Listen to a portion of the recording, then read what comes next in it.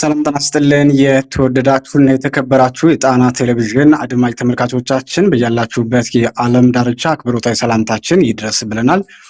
እነሆ በጣና ቴሌቪዥን እየተዘጋጀ ወደ እናንተ የሚደርሰው የጣና አጀንዳ ፕሮግራማችን ተጀምሯል። የዛሬ ለሐምሌ 17 ቀን የጣና ቴሌቪዥን የጣና አጀንዳ ፕሮግራማችን የመረጥነው ርዕስ የብልጽግና የውጊያ ዕቅድ ክለሳና የፋኖ ታላቅ ተጋድሎ በሚለው ርዕሰ ጉዳይ ላይ እየተነጋገርን ቆይታ እናደርጋለን። ፕሮግራሙን ወደ እናንተ እያደረስን እኔ አማራ ሰፋና ጋዜጠኛ ይርጋ አበበ አብረናችሁ ቆይታ እናደርጋለን። ይርጋ እንኳን ደህና መጣህ። ደህና ነው ወይ?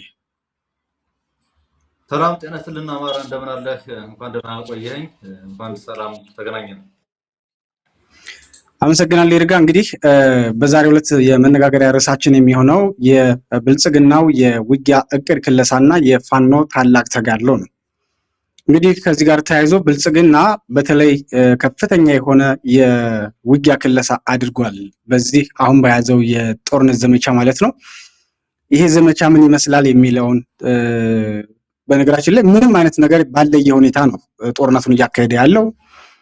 በትናንትናው ዕለት እንግዲህ መነጋገሪያ የነበረው ከሰሞኑ የገዳማት ላይ የተጣለው የድሮን ጥቃትን ጨምሮ ይሄ ህዝብ ላይ ሁሉ ታርጌት ያደረገ ተቋማትን፣ የሃይማኖት ተቋማትን ጭምር ታርጌት ያደረገ ዘመቻ ነው የከፈተው ማለት ነው። ይሄ ደግሞ በአማራ ህዝብ ላይ በተለይ ስነ ልቦናውን የመስበር ጭምር ነው ጦርነቱ እና ከወትሮ ለየት ባለ ሁኔታ በተቀናጀ መልኩ ከአንድ ቦታ ላይ የነበረ ጦሩን ሌላ ቦታ ላይ በመውሰድ አሰባስቦ በተለይ ደግሞ የፋኖ አመራሮች ጭምር አሉበት ላይ ከነሱ ላይ ጭምር ያነጣጠረ ጥቃት ነው ለመክፈት እየሞከረ ያለው። ከሰሞኑ በጎጃም ያለውን አሁንም በደብረ ብርሃን አካባቢ የተሰባሰበውን የኮማንዶ ሰራዊትም ስናየው ብዙ ቦታዎች ላይ የታቀደው የውጊያ እቅድም የውጊያ ክለሳውንም አጠቃላይ ነው እያነሳን ቆይታ የምናደርገው ይርጋ።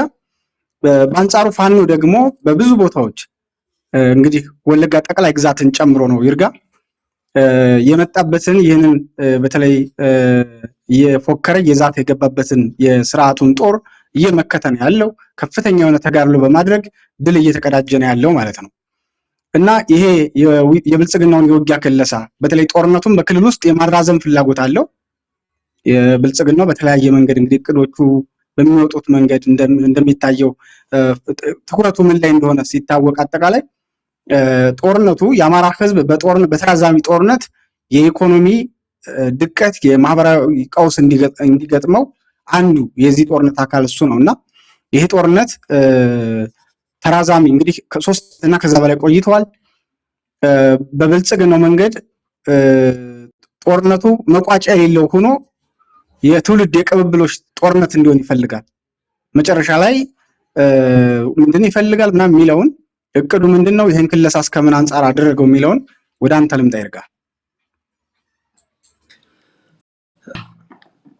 አመሰግናለሁ አማረ። በድጋሚ እንግዲህ ዛሬ ርዕሰ ጉዳያችን ቀደም ስለሳወቀው በድጋሚ ደግሞ ለክቡራን ቤተሰቦች ላስታውቅኝም የውጊያ ዕቅድ ክለሳና የፋኖ ታላቅ ተጋድሎ ለዕለቱ የተመረጠው ነው። ቅድም እንደተናገርኩ አማረ እንግዲህ ብልጽግና የውጊያ ዕቅድ ክለሳ በተደጋጋሚ ጊዜ ያደርጋል። ያው ኦብቪየስሊ ብዙ ጊዜ እንደሚያደርግ እንዘግባለን። የውጊያ ዕቅዶቹን ደግሞ ሊከልስ እንደሚችል ደግሞ ቀድሞ ብዙ ጊዜም ያው እንደምታውቀው በስራችን ረጅም ጊዜ የቆየን ሰዎች እንደመሆናችን መጠን የስርዓቱን መረጃዎች የምናገኝባቸው የራሳችን መረጃዎች ነበሩና ይሄንን የውጊያ ዕቅድ ክለሳ እንደሚያደርግ ከወር በፊት ነበር እንግዲህ በቴሌቪዥን የዜና ቻናላችን ዘግበ ነው የነበረው። ክቡራን ቤተሰቦቻችን ይሄን ወደ ኋላ መለስ ብሎ ማየት ይችላሉ። ብልጽግናው አዲስ የውጊያ ዕቅድ ይዞ ሊመጣ እንደሚችል በተለይም ደግሞ ክረምት መሆኑን ተከትሎ በዚህ ክረምት እሱ የአዲስ የውጊያ ዕቅድ ይዞ ይመጣል። ለዚህም ደግሞ በ6 ወሳኝ ዋና ቦታዎች ስብሰባ አድርጓል። አዲስ አበባን ጨምሮ ማለት ነው። በ6 የአማራ ግዛቶች እንግዲህ አዲስ አበባ፣ ባህር ዳር፣ ደብረ ብርሃን፣ ኮምቦልቻ፣ ወልዲያና ፍኖተ ሰላም ላይ ይህንን ምክክር ማድረጉን ቀደም ደብረ ማርቆስ ላይ ምክክር ማድረጉን በተመለከተ ዜና ሰርተን ነበረ። በእነዚህ ግምገማዎቹ መሰረት እንግዲህ ለ1974ቱ ቀይ ኮከብ ዘመቻ የቀረበ ወደዛ የተጠጋ ሁሉን አቀፍ የተጠናከረ ዘመቻ ማድረግን ዓላማ አድርጎ ነው ብልጽግና የጀመረው። ዘመቻውን ለየት የሚያደርገው ምንድነው? የዘንድሮውን ዘመቻ ሁሉንም የአማራ አራቱን ግዛቶች ያካለለ ተመሳሳይ የተቀናጀ ውጊያ ማድረግ ነው ታርጌት ያደረገው። ነገር ግን ይሄ እንደ ዘመቻ እንዲታወቅ ስላልፈለገ መጀመሪያ ያደረገው ምንድነው በጎጃም ጠቅላይ ግዛት ደጋ ዳሞትና ጮቄ ተራራ ዙሪያ ላይ ነበር በጣም ከፍተኛ ያደረገው። ከዛም በኋላ ደግሞ በወሎ ቤት አማራ ደግሞ በአምባሰል አውራጃ ላይ ያደረገ ዛሬ ከትናንትና ጀምሮ ደግሞ በሸዋ ጠቅላይ ግዛት በአፄ ዘርዓ ያዕቆብ ከተማ መናገሻ ደብረ ብርሃን ልዩ ኮማንዶውን ማስፈሩና ለዚህ ግዳጅ እንደተዘጋጀ እንዲሁም ደግሞ በምስራቅ ጎጃም አካባቢ ያለውን ኃይሉን እየገፋ ወደ መራቤቴ የመግባት እቅድ እንዳለው ለጣና ቴሌቪዥን ደርሶ ወታደራዊ መረጃዎች ያመለክታሉ። ያው የኮሪደሩ ጉዳይ በየቀኑ ነው ውጊያ ያለው እንደምታወቀው። የአርማጭሆ እና መተማ ቋራው ጉዳይ ሁሌም ቢሆን ብልጽግናው በአይነ ቁራኛ የሚጠብቀው ጀነራል ብርሃኑ ጥላሁን ያን አካባቢ በአደራነት የተቀበሉትና የብልጽግናውን ጦር ታማኝ ጀነራል እንዲመሩ ተብሎ ተፈልጎ ብርሃኑ በቀለ በዳዳ ናቸው እዛ አካባቢ እንግዲህ በቋሚነት እየመሩት ያሉት የዛን አካባቢ ዘመቻዎችን በሂደት በቀጣዮቹ ለመምራት እንዳቀዱ ሰምተናል። ስለዚህ እንግዲህ በግምገማው እንግዲህ ያገኘው ውጤት አለ። ብልጽግና ከወር በፊት ባደረገው ግምገማ የእስካሁን ጉዞውን ገምግሟል። የመጣበትን አይቷል። ውድቀቶቹን፣ ድክመቶቹን አይቷል። ከሱ ድክመቶች ይልቅ የጠላቴ ነው ብሎ የፈረጀውና የፋኖን ላይ ያየውን ድክመት ነበር የተመለከተው። ይህ ሰዓት ትክክለኛ ወቅት ላይ ነው ብሎ ነው የገመገመው። ምክንያቱም ይላል የህወሓት ጉዳይ ጽንፈኛውን የተለያየ ስሜት እንዲገባ ብሎ ገምግሟል። ብልጽግና በብልጽግና ግምገማ ከህወሓት ጋር እንስራ የሚል ኃይል አለ ከመካከላቸው ከጽንፈኛው መካከል ደግሞ የአማራ ህዝብ ህወሓት ለአማራ ህዝብ ጥንተ ጠላት፣ ቋሚ ጠላት፣ ዘላቂ ጠላት ነው ብሎ የሚያምን ህዝብ ነው የአማራ ህዝብ። ከንጉስ ከኤልስሁን እስከ ደብረ ጽዮን ድረስ ያለው የዛ አካባቢ ኤሊት ለአማራ መልካም እሳቤ የለውም። ስለዚህ በተለይም ደግሞ ወያኔ በተለየ መልኩ የአማራ ጠላት ነው የሚለው ህዝብ ይበዛል። ነገር ግን ለህወሓት ፍላጎት ያደሩ የፋኖ መሪዎች አሉ። በተለይም ደግሞ ኤሊቶቻቸው በውጭና በሀገር ውስጥም ይህንን እያራገቡ ነው ብለው ብልጽግና ገምግሟል። እና ይሄ ደግሞ ለብልጽግና ሰርግና ምላሽ ነው የሆነው። መሬት ላይም እንደምንዋጋ ከብልጽግና ከህወሓት ጋር ሆነን ብልጽግና እንጣል የሚል አንድ ግሩፕ አለ። ቁጥሩ ጥቂት ቢሆንም የሰራዊት ድጋፍ ባይኖረውም የህዝብ ድጋፍ ባይኖረውም ነገር ለዚህ ዓላማ የሚንቀሳቀስ ኃይል አለ። እነማን እንደሆነ በስም ቆጠራት የምንዘረዝራቸው ከአንድ ገጽና ከሁለት ገጽ በላይ በስማቸው ተጠቅሶ የሚያውቁ ሰዎች አሉ። አይኖ ይሄ ነገር አይሆንም የሚለው ደግሞ ብዙሃኑ እንደሆነ ይታወቃል። እቺን ነገር ብልጽግና ጥሩ አጋጣሚ አድርጎ ወስዷታልና ለማኒፑሌሽን ይፈልጋታል። ይሄ ሰዓት ለኛ ጦርነቱን ለማካሄድ ትክክለኛ ጊዜ ነው ብሎ ነው የገመገመው። እንግዲህ ለዚህ ደግሞ በአማራ ክልል አብዛኞቹ ዩኒቨርሲቲዎች፣ የቴክኒክና ሙያ ኮሌጆችን፣ የሃይስኩል ትምህርት ቤቶችን እንዲሁም ደግሞ የተለያዩ ኮሌጆችን የሚሊሻና የአድማ ብተና ካምፕ አድርጓቸዋል። እንዲሁም ደግሞ ለውትድርና የተመለመሉ ለሚሊሻ የተመለመሉ ወጣቶችንም ማቆያ ካምፕ አድርጎ እየሰራባቸው ይገኛል። ቀደም ሲል እንግዲህ አማረ ተናግረሃል። ደብረ ብርሃን ዩኒቨርሲቲ ነው ዛሬ እንግዲህ አንተ ቅድም የተናገርከው ደብረ ብርሃን ዩኒቨርሲቲ ዛሬ የሚሊሻና የአድማ ብተና ካምፕ እንዲሆን ወደዛ ማስፈሩን እንግዲህ ከአንተ መረጃ ሰምቻለሁ። ሌሎችም እንግዲህ ዩኒቨርሲቲዎች በዚህ ተልዕኮ እንዲወጡ ፍራሽ እንዲያዋጡ ለዚህ ዓላማ እንዲሰሩ የሚል ዘመቻ ነው የተያዘው። እንግዲህ ይህ የብልጽግና እቅድ ፋኖን በጦርነት አሸንፋለሁ ብሎ አይደለም። ቀደም ሲል አማራ እንደተናገርከው እንኳንስ የብልጽግናው የአሁናዊ እቅድ ይቅርና ደርግም ያን ያክል ኃይል ይዞ ናቅፋ ላይ ዘምቶ ነበር በቀይ ኮከብ ዘመቻ ብሎ እና ያኔ ሂዶ ውጤት አላመጣለትም ነበርም። አሁንም ብልጽግናም ይላል እንግዲህ የጣና ቴሌቪዥን ምንጭ ነው ይህን መረጃ የሚያጋራን ወታደራዊ ምንጮቻችን መንግስት ወደ አማራ ክልል የተቀናጀ ከፍተኛ ቁጥር ያሉን ነው በጅምላ ያሰፈረው ያንቀሳቀሰው። ይሄንን ያደረገበት ዋናው ምክንያት ደግሞ ጦርነቱን ጨርሳለሁ ብሎ አይደለም። ነገር ግን ቀደም ሲል አማራ እንደተናገርከው ጦርነቱ በክልሉ ላይ ሶሻል ኢኮኖሚያዊና ስነልቦናዊ ቀውስን እንዲፈጥር ብልጽግና አለው። ለዛ ሲል ነው እያንቀሳቀሰው ያለ የሚል መረጃ ነው የደረሰን። ይሄን ደግሞ ብልጽግናው ይፈልገዋል። በቅርቡም ናዝሬት ላይ 2 ስብሰባዎች ተካሂደው ነበር። አማረ እንደምታስታውሰው በጣና ቴሌቪዥን እንደዘገብ ነው የጨፌ ኦሮሚዮ ስብሰባ ነበረ። ያው የተለመደው እዛው ነው አዳራሻቸው፣ እዛ ይሰበሰባሉ። ሁለተኛው ስብሰባ ግን ግርማ ብሩ፣ አባዱላ ገመዳ እንዲሁም ደግሞ ነጮ ባቲ፣ ዲማነጋው ያሉበት እነ ሽመልስ አብዲሳና አለማየሁ ጠቅላይ ሚኒስትር ጽሕፈት ቤት ኃላፊው ማለት ነው እነሱ ያሉበት ወታደራዊ አዛዦች እነ ጀነራል አለምሸት ደግፌ፣ ጌታቸው ጉዲናን ጀነራል ጌታቸው ጉዲና ጨምሮ እነዚህ ያሉበት ስብሰባ ተካሂዶ ነበር። በዛ ስብሰባም የነበረውና ያሾልኮ የወጡ ምንጮች መረጃዎችን ማቅረባችን ይታወሳል። ስለዚህ ከዚህ የተነሳ የጦርነት ግምገማ አድርጎ ከዛ ወደ ክለሳ ገብቷል። ክለሳው ደግሞ ምንድነው በማስኬል ውጊያውን ማድረግ የሚል ነው ያደረገው። ለዚህ የብልጽግናው የሰፊ ቁጥር ዘመቻ ከፋኖ የተሰጠው ምላሽ ምንድን ነው የሚለውን አጠር አድርጌ ላቅርብ ለአንተ ጊዜ ለመስጠት አማረ። እንግዲህ አንደኛ ፋኖ ከጥር 9 ቀን ጀምሮ ጥር 9 2018 ዓ.ም ጀምሮ አንድ አማራዊ አታጋይ ድርጅት ተመስርቶ ብዙዎች እንኳን ደስ አላችሁ የተባለ ጉዳይ አይተናል።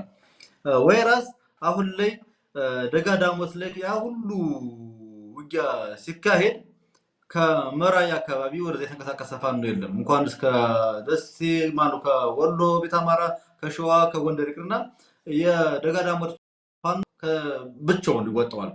የመራ ቤት ፋኖ ብቻውን ነው የተወጣ ያለው እና በተናጠል ነው። አሁን ለምሳሌ ስሙን ጥራልኝ፣ ቀደም ሲል የተጠቀስኩት 70 ሰራዊት ያለቀበት የአምባሰሉ ቀጠና የአምባሰል አካባቢ 102ኛ ኮር ስለኝ ስሙን እንግዲህ እንዳረስ ከዘነጋሁት እሱ 70 ምናምን የብልጽግናን ሰራዊት ሲጥል ከቆቦ ከጋሸና ከብራው ተንቀሳቀሰ ኃይል አልነበረም ፋኖ እና በተለመደው የቀጠና ጠብቅ በርበርዝ ነው። አሁንም ቢሆን በርበርዝ ጋር አይነት ነው የፋኖ ውጊያ እየተካሄደ ያለው እንጂ የሆነ አንድ አማራዊ ድርጅት ተመስርቶ ያ አማራዊ ድርጅት የተግባር አንድነቱን ሊያስመሰክር ባይችልም ነገር ግን አማራዊ ልብ ያለው ሰራዊት፣ አማራዊ ወኔ፣ አማራዊ ስነልቦና ያለው የፋኖ ሰራዊት በበር እንኳን የመጣው የብልጽግና ጦር እንደሚገባ እያስተናገደው አይተናል።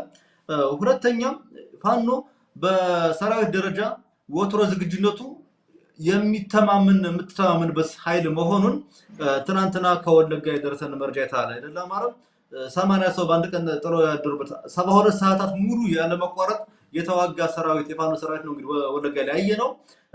በሌሎች ቀጠናዎችም ያየናቸው በሙሉ ፋኖ እንደ ሰራዊት የወትሮ ዝግጁነቱ ከፍ ያለ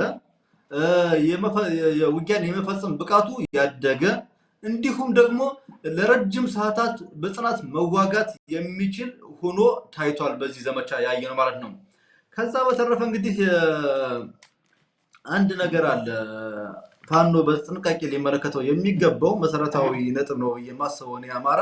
ምናልባት ደግሞ እንግዲህ በፋኖ መሪዎች ይሄ መሰረታዊ ሊሆናል አይሆን የሚለውን እንግዲህ እነሱ ያውቁታል። እኔ ግን አንድ ታዛቢ ነው ብልጽግና ውጊያዎችን እያካሄደ ያለው በፋኖ ቀጠናዎች ነው። ከአማራ ክልል የሚል ማለት አይደለም፣ በፋኖ ግዛቶች ነው። የፋኖ መሪዎችን ለመያዝ ነው። ቅድም ስላንተ እንደተናገርከው የፋኖ መሪዎችን ለመምታት የፋኖ መሪዎች ያሉበት አካባቢ የፋኖ ቤዝ ናቸው ወደ ተባሉት ሂዶ ነው እሱ እየተዋጋ ያለው እንጂ ወደ ብልጽግና ካምፕ ፋኖ መጥቶበት ወደ ብልጽግና ምሽግ ፋኖ ሄዶበት የብልጽግና ሎጂስቲክስ መንገድ ላይ ዘግቶ አቋርጦት አይደለም እየተዋጋ ያለውና ይሄ ፋኖ ብሎ እንዲያስብ የሚያደርገው ነው። ብልጽግና አሁን የስነ ልቦና የበላይነትን እየወሰደ እንዲመጣ እያደረገው ይመስለኛል። ይህ አካሄድና ህመሙን የደበቀ በሽታ የደበቀ መድኃኒት የለውም እንደሚባለው እንዲሁ ዝም ብለን ከፋኖ ስኬታማ ተጋድሎ ጀርባ የፋኖን የውጊያ ዕቅዶችም ደግሞ እንደገና መከለስ እንዳለባቸው እንዲሁም ደግሞ ብልጽግና አሁን ወደ ፋኖ ካምፕ እየሄደ እያጠቃ መሆኑን መገለጽ ይመስለኛል። በእኔ በኩል እነዚህን ለአሁኑ አቀርባለሁ። መፍትሄዎቹ ምንድናቸው የሚለውን ወደ ኋላ መልስበታለሁ። አማረ አመሰግናለሁ። ይርጋ ቴንኪው አመሰግናለሁ። በጣም ጥሩ ሀሳብ ነው ያነሳው። በነገራችን ላይ ብልጽግና አሁን እያደረገ ያለው ዘመቻ እንግዲህ ቅድም አንተ ስታነሳው እንደነበረው ከሆነ አንድ ቀን እስከ ምናምን 30 የሚባል በየወሩ ዘመቻ ያቅዳል፣ ዘመቻ ይከልሳል። ብዙ አይነት ዘመቻዎችንም አቅዶ ነበረ። ብዙ አይነት ዘመቻዎችንም አካሂዷል። ዘመቻ ፋኖን ማጽዳት፣ የጽንፈኛውን ማጽዳት የሚል በርካታ ዘመቻዎችን አድርጓል። ትልቁ ነገር ግን የውጊያ እቅድ ክለሳው ከሆነ ጊዜ በኋላ እውነት ለመናገር ላይክ በብልጽግና በኩል የገባው ኃይል ቀላል አይደለም። 10 የስርዓቱ እዝ ገብቷል። የአድማ ብተናውን የፖሊሱን የሚሊሻውን ትተነው ማለት ነው። ትናንት ደግሞ ምናልባት ዜናውን ሰርተነዋል ይመስለኛል። ከኦሮሚያም ላይክ እነዚህ ከተለያየ ቦታ ላይ ምናምን ሚሊሻውን የገቡ ሰዎችም እንዳሉ አይተናል ማለት ነው። እና ይሄ ጦርነት ብልጽግና በዚህ ልክ ነው ሀገሪቱ ያላትን የሰራዊት አቅም በሙሉ ለዚህ አማራውን የማንበርከክ አማራውን ፎክሮ እንደገባው ትጥቁንም ቀበቶንም ለማስወረድ ምን አደረገ? እንዲዘምት አደረገው ማለት ነው። ያ ሲባል ደግሞ በድሮን የታገዘ ነው፣ በአየር ኃይል፣ በሜካናይዝድ፣ በእግረኛ የታገዘ ጦርነት ነው እየተካሄደ ያለው።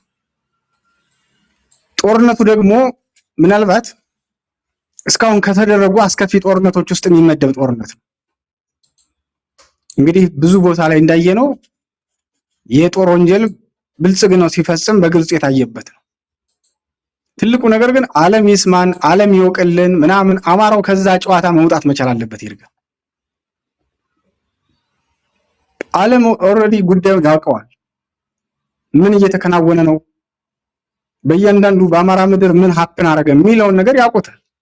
ትናንትና የተፈጸመውን ገዳሙ ላይ የተፈጸመውንና የተገደሉትን መነኩሳቶች ጨምሮ ማለት ነው። ዓለም ይሄ ሁሉ የተሰወረ አይደለም። ትልቁ ነገር ግን አሁን ዓለም በዲፕሎማሲ ካየነው ብልጽግናው የዲፕሎማሲ አቅሙን በተለይ በዚህ በነ አይኤምኤፍ አማካኝነት፣ በአሜሪካ አማካኝነት፣ በሌሎቹ አንዳንድ የምዕራብ ሀገራቶች አማካኝነት ምን እያደረገ ነው? የዲፕሎማሲ አቅሙን እያሳደገ ነው። ቢኮዝ ያንን ለማሳደግ ደግሞ የሀገሪቱን ፖሊሲ አከራይቷል፣ ፖሊሲዋን ሽጧል። የሚያደርገውን በንጹሃን ላይ የሚያደርገውን ጭፍጨፋ፣ በራሱ ህዝብ ላይ የሚያደርሰውን የድሮን ጥቃት፣ የሚፈጽመው የጦር ወንጀል ዓለም ፊት እንዳይሰጠው፣ ዓለም ጆሮ እንዳይሰጠው፣ ዓለም ትኩረት እንዳይሰጠው ለማድረግ ምን አድርጓል? የሀገሪቱን ፖሊሲ አከራይቷል። ኢኮኖሚዋንም ከድጡ ወደ ማጡ እየወሰደ ነው ማለት ነው። ስለዚህ ለዚህ ምንድን ነው የሚጠበቀው የሚለው ላይ ነው በዋናነት ይርጋም አንተም እንድትመጣበት የምፈልገው መፍትሄው ላይ። በፋኖ በኩል ምን የቤት ስራዎች አሉብን? በተለይ የውስጥ አንድነትን ማጠናከር ላይ ትናንት ከነበርንበት ዛሬ ምናልባት በፋኖ ደረጃ ፋኖ ትናንትና ቆመ ጠብቀኝ ጭምር ይዞ የወጣ በርካታ ታጋይ ነበሩ አይደል? ዛሬ ስናይፐር፣ ክላሽ፣ በርካታ የነፍስ ወከፍ መሳሪያዎችንም የቡድን መሳሪያዎችንም መያዝ የቻለ ኃይል ሆኗል። በቀጠናውም አማራጭ ኃይል መሆን ችሏል። ትልቁ ነገር ግን ይህንን እድል በአግባቡ ይጠቀመዋል ወይስ ደግሞ አይጠቀመውም የሚለው ነው ጨዋታው። ምናልባት በጣም አቅም ያላቸው መሪዎች ካሉትና ሊደርሺፑ ችግር ሳይገጥመው ለተፈለገው ዓላማ የአማራን ሕዝብ ነፃ የማውጣት ዓላማ ይህን ታላቅ ዓላማ ማሳካት ከቻለ ብዙ እድሎች አሉት። ፋኖ ወርቃማ እድሎች አሉት። እነዛን በቅጡ መለየት አለበት፣ በቅጡ መጠቀም አለበት ብዬ አምናለሁ። ከዛ ውጭ ግን በተለይ እነዚህን የውስጥ የቤት ስራዎችን ባለመስራት ሁኔታ ብልጽግና የጦርነት እቅዱን ከለሰ። ትናንትና በሌሊት ተጉዞ የሚያጠቀው ፋኖ ነበረ። በብልጽግናው ካምፕ ላይ በሌሊት ሂዶ የደፈጣ ጥቃትም አድርጎ ካምፑ ላይ ድንገተኛ ኦፕሬሽን፣ ሰርጂካል ኦፕሬሽን ሰርቶ ምን ያደርጋል? በርካታ የብልጽግናውን ሰራዊት እርምጃ ይወስድበታል። አሁን ደግሞ እንግዲህ እንትናችን እየተቀየረ ነው አይደል? አሁን ኃይሉን እያሰባሰበ ምን እያለ ምን ማድረግ አመራሮችን የመያዝ አመራሮችን የመግደል የሚል ዘመቻ እያደረገ ነው ማለት ነው። እና ይህንን በግልጽ መነጋገር ያስፈልጋል። ትናንትና እኮ ብልጽግና ወደ ገጠሩ መንቀሳቀስ በፍጹም የሚችልበት እድል አልነበረውም። መዋቅሩ ጭምር የባዲን መዋቅር ተበጣጥሷል። እግሩን አልተከለም ነበር። ከመቼ ወዲህ ነው እያንሰራራ ያለው? በተለይ ደግሞ አሁን ወርቃማ እድሎች አሉ ይርጋ። ለምሳሌ ትናንትና ፋኖ በሁለት ዋልታ ረገጥ ሀሳቦች ውስጥ ሆኖ ነው እንደዚህ አይነት ነገር ለምሳሌ ስርዓቱ ወረዳ ላይ ወይም የዞን ከተማ ላይ ምናምን እንዲቀመጥ ያደርገው የነበረው ማለት ነው። አሁን የንዑስ ወረዳዎችን አልፎ ቀበሌ አልፎ ጎጦች ላይ ምናምን የሆነ ተራራ ላይ ምናምን ሂዶ ኦፕሬሽን ለመስራት እያቀደ ነው ማለት ነው። ለዚህ ደግሞ እውነተኛ የሆነ የተዋሃደ ጦር መፍጠር ያስፈልጋል ማለት አሁንም ሌሎችን ከማማተር ይልቅ ራሳችን ላይ ተመልክተን የራሳችን አቅም ማሳደግ፣ ኃይላችን ማሰባሰብ፣ የውስጥ አንድነታችን ማጠናከር፣ ጠንካራ የአማራ ብሔርተኝነት እንዲፈጠር የአማራ ብሔርተኝነትን ከፍ እንዲል ማድረግ አለብን። ከተራ ጉዳዮች ተወጥቶ ማለት ነው። ከብልጣብልጥነት ተወጥቶ ላይክ የአማራ ጥያቄዎችን ማክበር መቻል አለብን። የአማራ ህዝብ ይሄ ትግል ሲነሳ ይዘናቸው የተነሱ ጉዳዮች ምንድናቸው የሚለው ላይ ትኩረት ስናደርግ ምንድነው ህዝባዊ መሰረቱን ጠብቋል። ለምሳሌ አንዱ ትናንት የነበረው ትግል እንግዲህ ከዚህ በፊት የሆነ ቀን አንስቼው ነበር። ይርጋ ከዓመት በፊት የትግሉ ከተጀመረ የዛሬ 3 ዓመት አካባቢ በሻይ ቤቶች ስለፋኖ መጥፎ ነገር ማውራት አይቻልም። ላይክ ሁሉም የፋኖ ባይ ዲፎልት ካድሬ ነበር የፋኖ። ለምን? ትግሉ ህዝባዊ ነው። ትግሉ የአማራ ህዝብ ትግል ነው። ይዞት የወጣው ዓላማ ፋኖ የግል ጉዳይ አይደለም። ከዛ በኋላ ግን አሁን ምን መጣ? ላይክ ክሪቲሳይዝ የሚያደርግ ትችት የሚሰነዝር አጠቃላይ አስተያየት የሚሰጥ ምን እያደረገ ነው? እየበዛ ነው ማለት ነው። ያ ማለት ምንድነው? ችግር አለ ማለት ነው። ለምሳሌ አሁን እስካሁን ድረስ ያልጸዱ ድርጅት አንድ ነው ተብሎ ያልቆሙ እገታዎች አሉ። የሚንገላታ በነገራችን ላይ በፋኖ መዋቅር ውስጥ ሆነው እኮ መሬት እየሸነሸኑ የአንዱን መሬት እያነሱ ለአንዱ የሚሰጡ ሰዎች እኮ አሉ። አርሶ አደሩን የሚያግቱ ሰዎች አሉ እኮ በፋኖ መዋቅር ውስጥ ሆነው ማለት ነው። አሁን ያ ህዝብ እንደዛ ያረከው ህዝብ እኮ ማለት መጀመሪያ ለስምህ መጨነቅ አለብህ። ፋኖ የወል ስማችን ነው፣ የአማራነት መከበሪያ ትልቅ ስማችን ነው። ለዛ ስም ትጨነቃለህ። ይሄ ትግል ደግሞ ቅዱስ የሆነ ትግል ነው ብለናል። ያን የሚያራክስ ተግባር የሚያደርገውን ሁሉ መታገል አለብህ። በየቦታው እገታ ላይ እየተሰማሩ በየቦታው አንጃ እየፈጠሩ ምናምን ማህበረሰቡን የሚያሰቃዩ ሰዎችን መለየት አለባቸው በየቀጠናው። ቢኮዝ እንደዛ ሲሆን ነው ህዝቡ መረጃ የሚሰጥህ።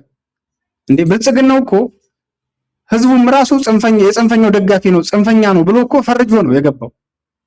ያላስተኳሽ እኮ ወደ ህዝባችን የሚተኩሰው በታንክ እንደዛ የሚተኩሰው በድሮን የሚተኩሰው ህዝባችን ስለፈረጀ እኮ ነው።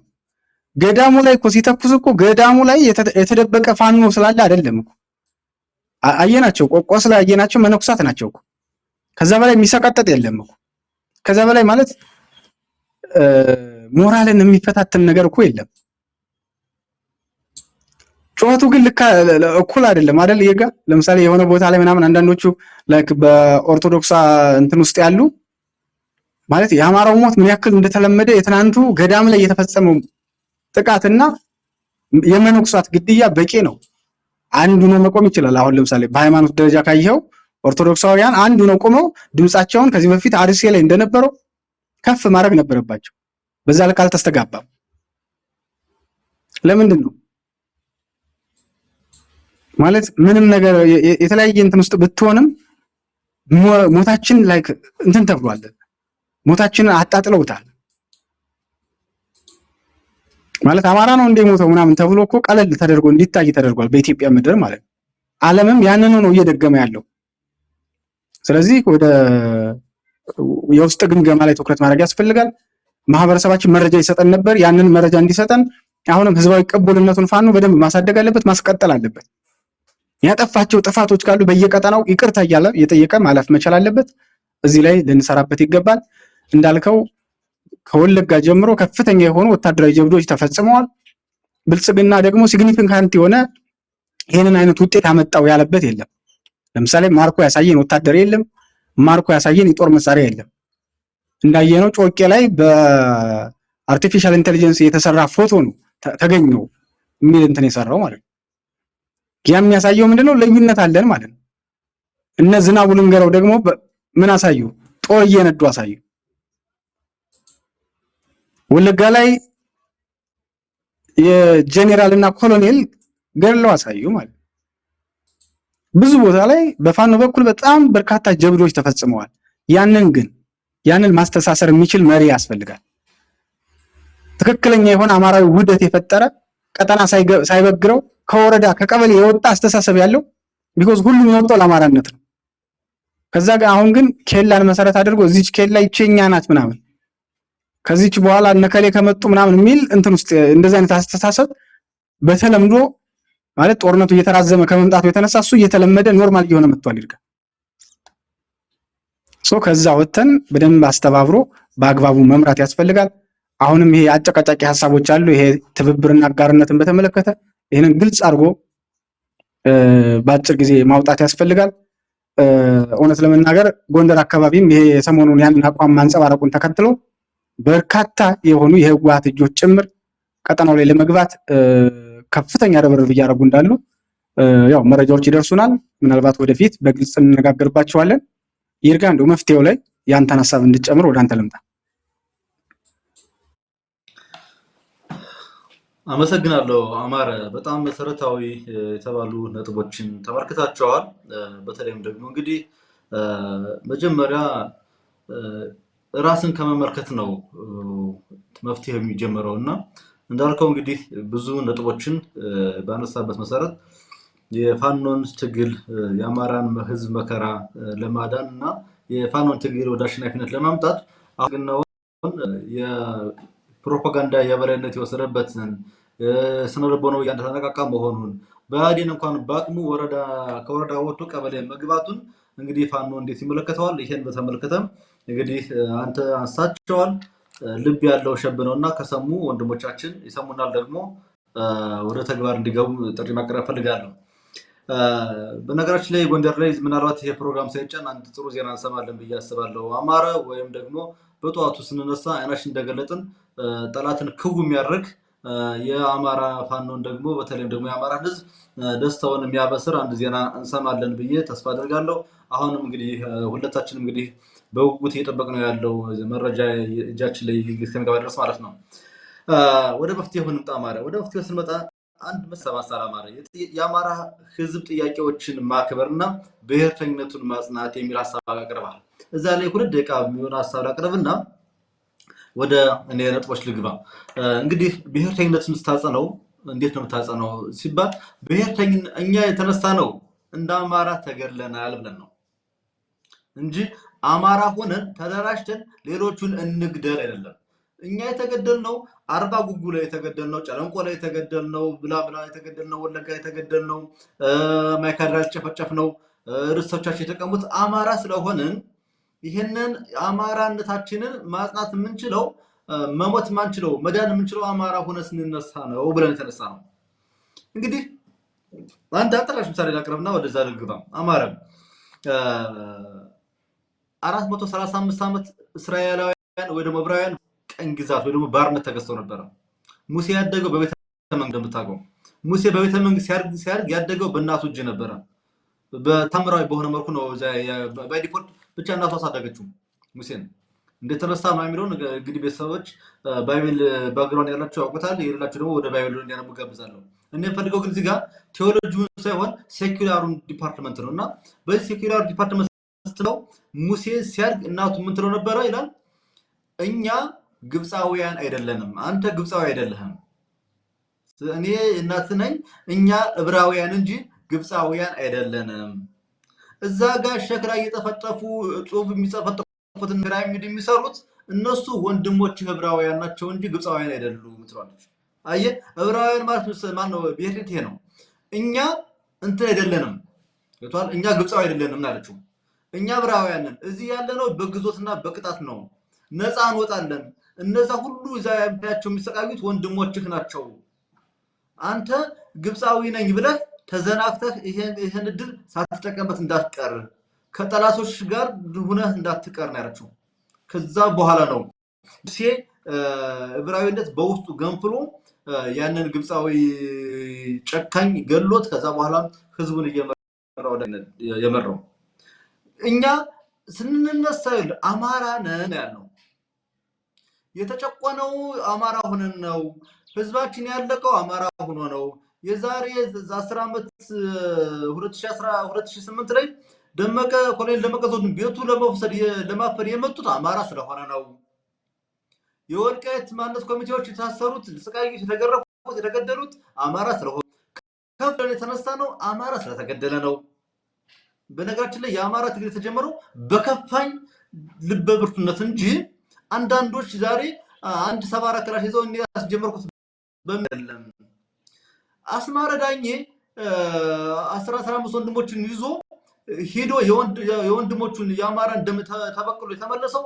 የአማራ መሞት አሳስቦት ነው ይሄ ብሔርተኝነት ነው አስማረ ዳኜን ጨሎቹን የሸዋ አናብሶችን ለማፈን ሽፍታ ምንጠራ ተብሎ ወያኔ ስምር ሲያሳ ያኔ የወያኔን ጦር እየመሩ ይሄዱ ሰዎች ዛሬ አንዳንዶቹ በፋኖ አሉ ይቅር ብለናቸው ነበር ወደዛ የገቡት ይሄንን እንግዲህ እናስተዋውስ ለማስተዋወስ ለግንዛቤ ያክል የሆነን ዘንድ ነው ስለዚህ አሁን የፋኖ ትግል ማዳንና በድል እንዲቀጥል ለማድረግ ምንድነው ብልጽግና እንደሆነ በጭካኔ ነው እየዘመተ ያለው ከፍተኛ ኃይሉን የፋኖ መሪዎችን በመይዛለው በሚል ሰበብ የፋኖ መሪዎች ባሉበት ቀጠና የሚኖረውን ህዝብ በሙሉ በታንክና በመድፍ እየመታ ነው ስለዚህ መፍትሄው ምንድነው የሚለውን አጠራር ይላቀርባ አማራ ከሳት አንፃር አንደኛ የአማራ ህዝብ ጥንተ ጠላትም ቋሚ ጠላትም ዘላለማዊ ጠላት የሆኑ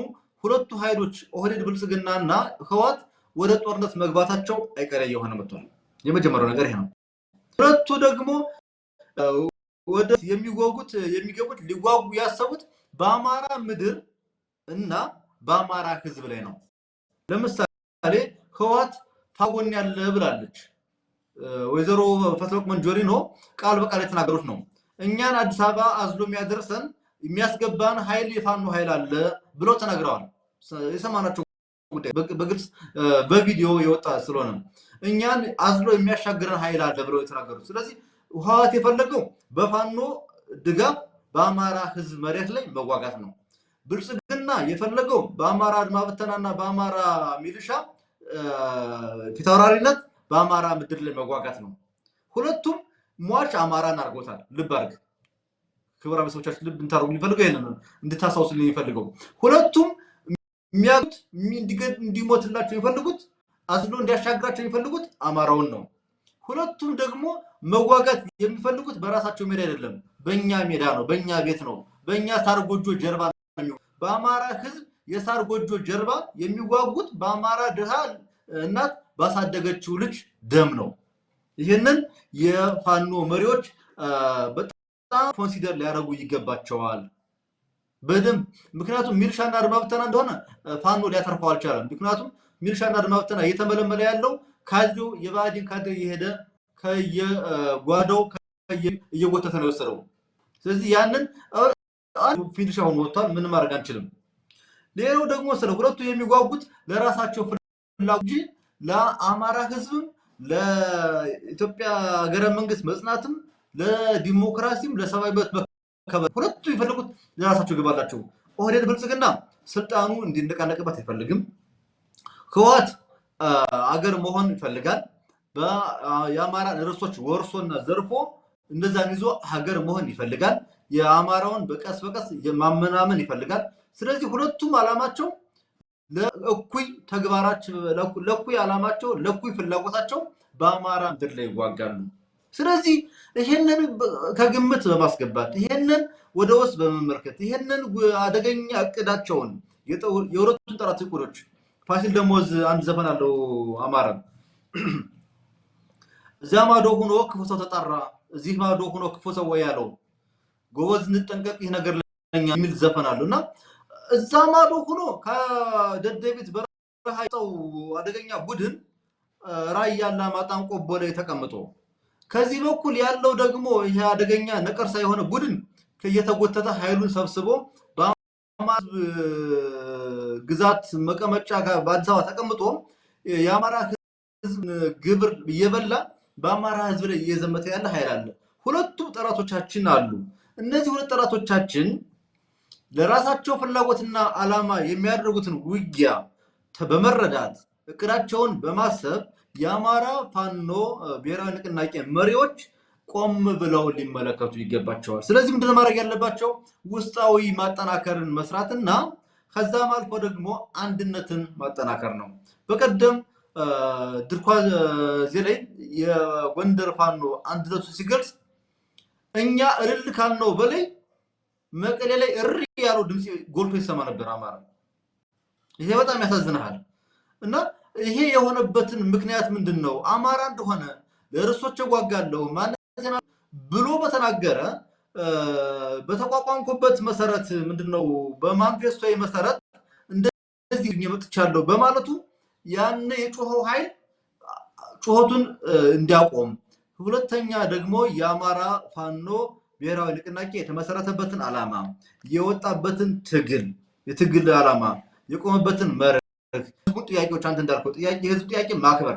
በነገራችን ላይ ህዝብን ያላከበረ ይዋረዳል። ስለዚህ የህዝብ ማክበር ይገባል ብዬ አስባለሁ። ይሄን ከተደረገ ፋኖ የራሱን አቋም ይዞ ተገቢውን ምከታና አስፈላጊውን ዝግጅት በራሱ መንገድ ማድረግ ይቻላል ብዬ አስባለሁ። ምክንያቱም 50 ሚሊዮን ህዝብ ከፋኖ ጀርባ ነው። 50 ሚሊዮን ህዝብ ከፋኖ ፊት ነው ያለለት። እኔ ደግሞ ትልነ የሚለው እኔ ላብላህ ነው የሚለው የአማራ ህዝብ ፋኖ። ስለዚህ ይሄን ኃይል ይዘህ የደደቢትን ሽፍታ፣ ይሄን ኃይል ይዘህ የበሻሸውን ጎረምሳ የምትደግፈው አይደለም። ስለዚህ ይሄን ህዝብ ይዘህ ነው ይሄን ህዝብ ይዘህ ብቻህን ቁም። ከዛ በኋላ ያንተ ዋና ጠላቶችና ወዳጆች የሚሆኑትን መምረጥ ትችላለህ ብዬ አስባለሁ። ይሄን ካደረግን የብልጽግናውን ዘመቻም ሆነ የማነው የወያኔውን ድንፋታ መቋቋም የሚያስችል ብቁ አቅም እንዳለን እረዳለሁ ብዬ አስባለሁ። ይሄን ያለኝ መልእክት አማረ። ይቅርታ ሰዓት ፈጆ። አመሰግናለሁ። ይርጋ አመሰግናለሁ። ጥሩ ሀሳብ ነው ያነሳው። በነገራችን ላይ በተለይ ይሄ ፋኖ አሁን የብልጽግናው ዘመቻ፣ የብልጽግናው እግረኛ ሰራዊት፣ የብልጽግናው ሜካናይዝድ፣ የብልጽግናው ድሮን ይሄ ሁሉ አይደለም ፋኖን የፈተነው። ፋኖ የራሱን ማኔጅ የሚያደርግበት እንዳልኩ ቅድም ስንነጋገር እንደነበረው ህዝብ ላይ መሰረት ያደረጉ ለምሳሌ አልፎ አልፎ አንዳንድ ግለሰቦች የሚፈጥሯቸው ስህተቶች ይኖራሉ። በመሪዎቹ የሚፈጠር ስህተት ይኖራል ምናምን። እነዚህ ተደምረው መሰረታዊ ችግር የሚሆነው ለምሳሌ ስርዓቱን ወደ ቀበሌ ወደ ሆነ መንደር እየሳበ የሚያመጣው ምንድነው ካልከኝ ከህዝብ እየራክ ስትመጣ ህዝብ ፊት ከነሳህ። በነገራችን ላይ የብልጽግናው ሰራዊት እኮ በተደጋጋሚ ለፋኖ እጅ ሲሰጥም ከዛ ደግሞ ሲቀላቀልም የሚናገረው ነገር አለ አይደል? በህዝቡ ዘንድ የተጠላነን ብለው ነው የሚያስቡት። እና የተጠሉ መሆናቸውን አድማ በራሱ በነገራችን ላይ አንድ የነጻነት መንገድ ነው። ህንድን ነፃ ያወጣት አድማ ነው አይደል? ፊት አለመስጠት ነው። በራሳቸው ምድር ላይ እንግሊዞች ምን ያደርጉ ነበር? ጨው ይሸጡ ነበር። የራሳቸውን ጨው አውጥተው የራሳቸውን ጨው ይሸጡ ነበር። እና አድማ ስታረግ ምንድነው ማለት አንዳንዴ ከምንም በላይ ከምታረገው ጦርነት በላይ ህዝብ ፊት ሲነሳቸው የብልጽግናው ሰራዊት የመዋጋት ስነልቦናቸው ከህዝብ በተቃራኒ የቆሙ መሆናቸው ይታወቃል ማለት ነው። አሁን ደግሞ ብልጽግናው እጁ ላይ እየተጠቀማቸው ያላቸው ነገሮች አሉ። ይርጋ በተለይ ይችን ጽምዶ የምትለውን አጀንዳ ይዞ ከዛ በጽምዶ ፋኖን የጽምዶ አባል አድርጎ በመቁጠር ለሰራዊቱ ምን አድርጎታል? ትናንትና ልዋጋለት ያለው በአማራ ህዝብ ላይ ስርዓታዊ አሻጥሩን የሚረዱ ሰራዊቱ ሲተኩስ እንኳን በቅጡ አይተኩስም። ይሄ ሲገባው ምን ማድረግ ጀመረ? አሁን እቺ ጽምዶ በነገራችን ላይ ለስርዓቱ ጥሩ እንትና ሆናለት መጣለች። ሰራዊቱን የሚያዋጋበት ዘዴ ሆኖለታል። ለምሳሌ ከፋኖ ጋር መዋጋት ፋኖን የጽምዶ አባል አድርጎ ከግብጽ ጋር አሶሼት የማድረግ ከሻቢያ ጋር አሶሼት የማድረግ ከህዋት ጋር አሶሼት የማድረግ ከሱዳን ጋር አሶሼት የማድረግ ቢኮዝ አማራው የሚታገለው ፍትሃዊ ትግል ነው ብለው የሚያምኑ የሰራዊት አባላቶች አሉ። ቢኮዝ ስርዓቱ ግልጽ የሆነ መድሎ ግልጽ የሆነ ግፍ መገለል እየፈጠረበት ስላለ ማለት ነው። ዘር ፍጅት እየፈጸመበት ስላለ አሁን ግን ወደ ፋኖ የሚተኮስን ጥይት ከነዛ ጋር በማስተሳሰር ሰራዊቱ እስከ የሞት የሽረት እንዲታገልለት ይፈልጋል ማለት ነው። ለስርዓቱ እየጠቀመው ነው። ፕሮፓጋንዳውንም ጨምሮ እኮ በፕሮፓጋንዳም የበላይነት እንዲወስድ አስችሎታል ማለት ነው። ደጋፊዎችን እንዲያፈራ ያስቻለው ነው።